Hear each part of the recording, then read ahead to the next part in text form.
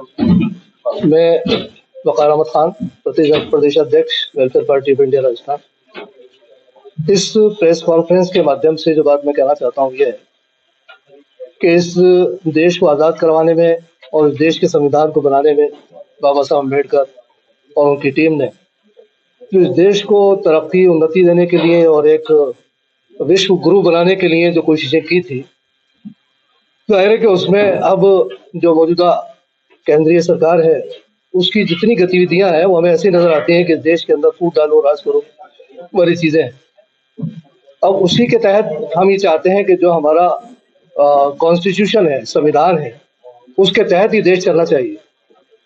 अब चाहे यहाँ पर जो गैर सेकुलर चीजें लाई जा रही हैं और यह है कि एक वक्त अमेंडमेंट बिल के संबंध में आपसे बात कही गई है, तो ये भी सब इसीलिए है कि यहाँ का जो मूलभूत जो ढांचा है उसको ये उसके अंदर यानी जो है उसको चरमरा देना चाहते हैं और ये हमें बिल्कुल इस मंच को और इस मंच के साथ जुड़े हुए लोगों को बिल्कुल पसंद नहीं है।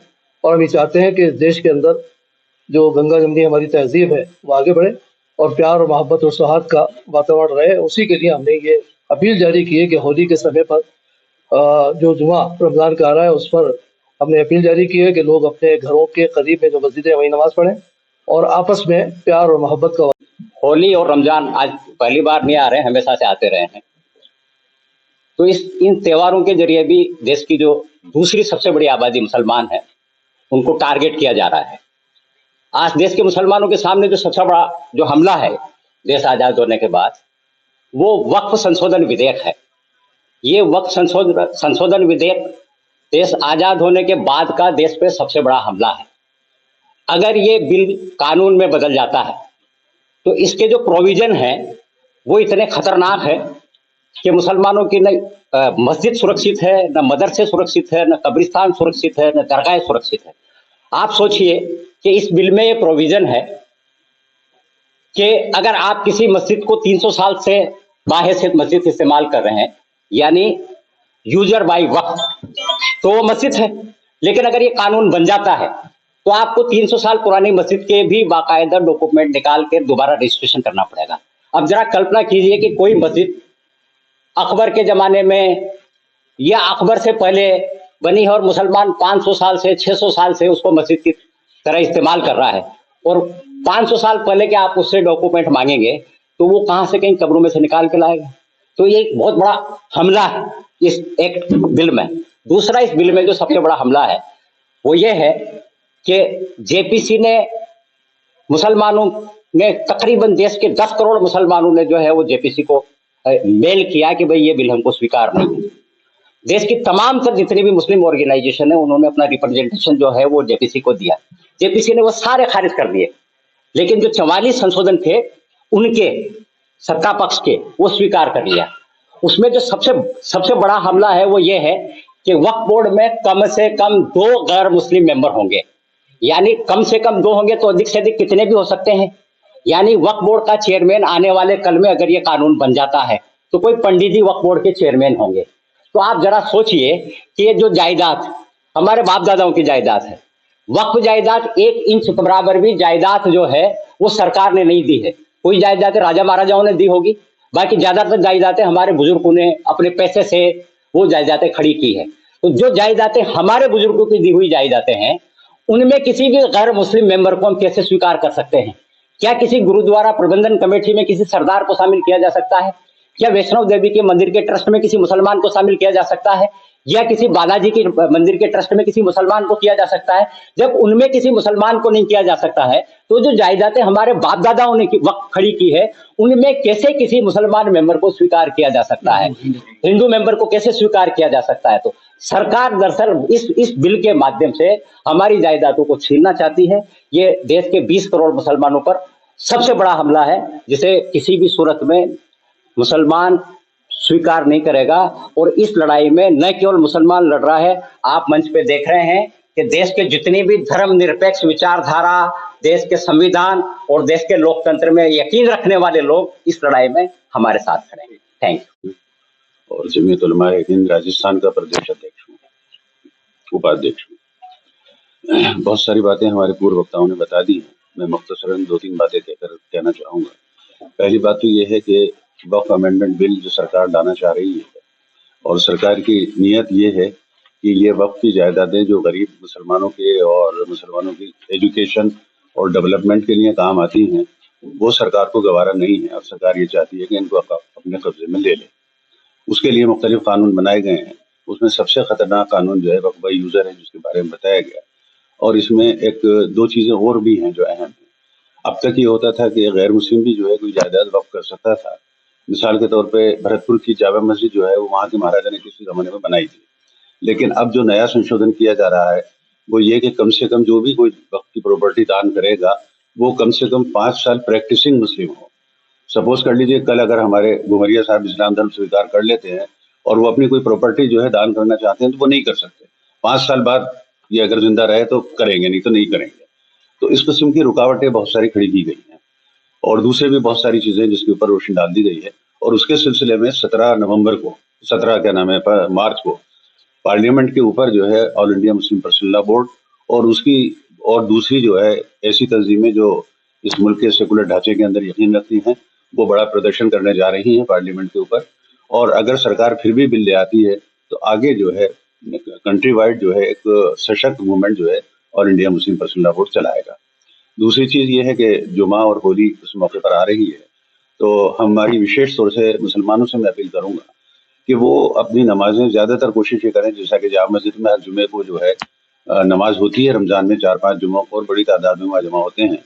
तो चूंकि इस वक्त पूरे मुल्क के अंदर मीडिया के जरिए जबरदस्त एक जो है नफरत का माहौल पैदा करने की कोशिश की जा रही है, तो ऐसे में सतर्कता बरतते हुए ज्यादातर लोग अपने अपने मोहल्लों की मस्जिदों में ही नमाज अदा करने की कोशिश करें।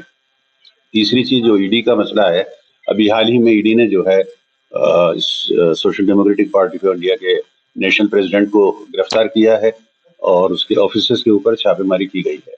सवाल यह है कि ये वक्त क्यों चुना गया इसके लिए, क्योंकि हाल ही में social democratic party of India ने वक्फ अमेंडमेंट बिल के खिलाफ पूरे मुल्क के अंदर जो है एजिटेशन चलाया था, तो उस आवाज को दबाने के लिए शायद ये हरबा इस्तेमाल किया गया है। इसके अलावा चंद्रशेखर के ऊपर भी हमले हो रहे हैं। तो सरकार का जो मंशा है कि इस मुल्क के अंदर एक कानून, एक पार्टी, एक धर्म, एक कल्चर जो है, जो उसका सपना है, उसी के तहत एक पार्टी राज की तरफ बढ़ने की तरफ ये कदम है कि पहले छोटी पार्टियों को खत्म कर दो, उसके बाद बड़ी पार्टियों को खत्म कर दो। तो इस मौके के ऊपर हम सरकार से अपील करना चाहते हैं कि सांप्रदायिक सौहार्द बनाए रखें और वक्फ अमेंडमेंट बिल या इस किस्म के इकदाम ईडी के जरिए जो उठाए जा रहे हैं सरकार उनसे बाज आए और वार्ता के जरिए अगर कुछ बेहतर तरीके से कोई काम हो सकता हो तो करें।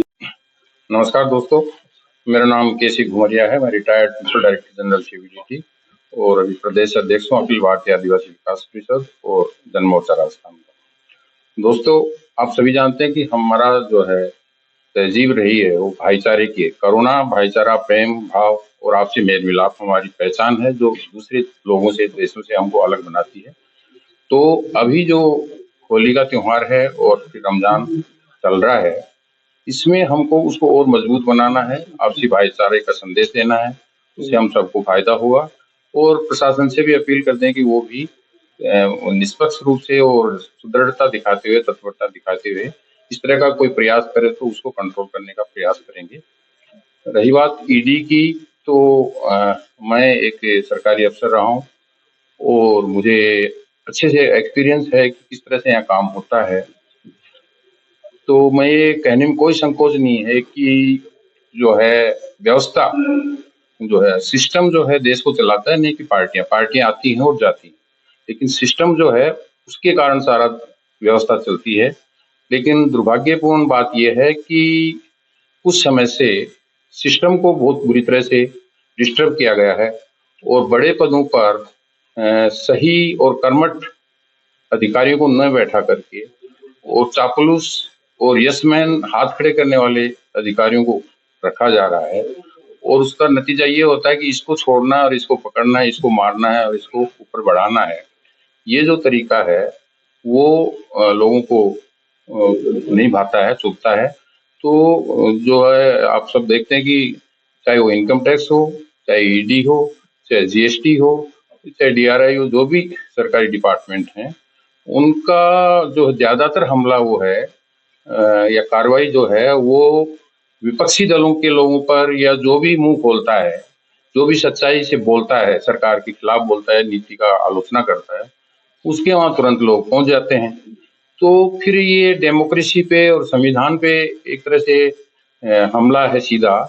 तो ये एक बड़ा ही शोचनीय विषय है और दुर्भावनापूर्ण चीज है, दुर्भाग्यपूर्ण चीज है। तो इस पे रोक लगनी चाहिए और जहां बहुत जरूरी है और जहां तथ्य पूरे पक्के हैं वहां कार्रवाई हो। वहां तो ये डिपार्टमेंट बने इस चीज के लिए हैं, लेकिन पक्षपातपूर्ण नहीं होना चाहिए। अब ये जो जैसे देखिए कि वक्फ बिल है, अब इसमें जब संविधान कहता है कि धर्म के मामले में सब समान है, संविधान की नजर में सबको अपने धर्म की पालना करने का और अपने अपने रीति रिवाज मनाने की स्वतंत्रता है, तो जब वक्फ बिल है उसमें जो किया जा रहा है तो फिर उनका जो अधिकार है उनको मैं समझता हूँ सीमित काफी हद तक किया जा रहा है। और यदि इस तरह के कानून बनाए तो फिर सारे सबके लिए बनाओ, सभी धर्मों के लिए बनने चाहिए ना, फिर पक्षपात क्यों होना चाहिए? यदि तो ये सब बातें हैं। और मैं होली की और रमजान की शुभकामनाएं सबको देना चाहूंगा और एक बार फिर अपील करूंगा कि सबसे बड़ी बात ये होगी हमारी इस आज की कॉन्फ्रेंस की मेन मंशा यही है कि आपसी भाईचारा और सद्भावना बनाए रखें, अफवाहों पे ध्यान नहीं दें और प्रशासन भी अलर्ट रहे और प्रशासन का भी साथ दें।